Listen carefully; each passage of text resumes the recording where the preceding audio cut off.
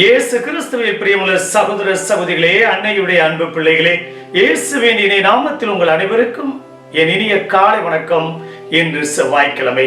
இன்றைய நாள் இனிய நாளாக ஆஸ்வதிக்கப்பட்ட நாளாக அமையட்டும். நீங்க எல்லாரும் நல்லா இருக்கணும், ஆசீர்வாதமாக இருக்க என்னோடு இணைந்து இந்த புதிய நாளை நேர்மறை சிந்தனையோடு தொடங்குவோம்.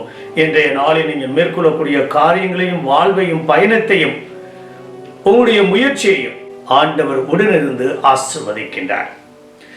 பிரியமானவர்களே, இன்றைய நற்செய்தியில நானும் தந்தையும் ஒன்றாக இருக்கின்றோம் என்று நம் மீட்பர் கிறிஸ்து கூறுகிறார். வரவிருக்கும் மெஸ்ஸியா என்று யூதரிடம் தன்னை வெளிப்படுத்துகிறார்.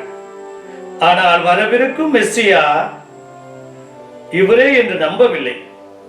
அங்குதான் கல்மனம் கொண்ட யூதர்களை பார்த்து, நீங்கள் என் மந்தையை சேர்ந்தவர்கள் அல்ல, என் ஆடுகள் எனது குரலுக்கு செவி சாய்க்கின்றன, எனக்கு அவற்றை தெரியும், அவையும் என்னை பின்தொடர்கின்றன என்று கூறுகிறார்.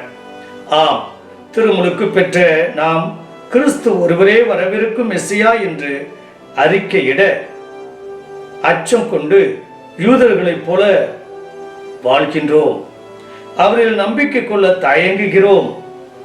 உண்மை கடவுளாய் விளங்கும் இயேசுவை ஆவியிலும் உண்மையிலும் வழிபட்டு நம்பிக்கை கொண்டு அறிக்கையிட்டு வாழ்வோம்.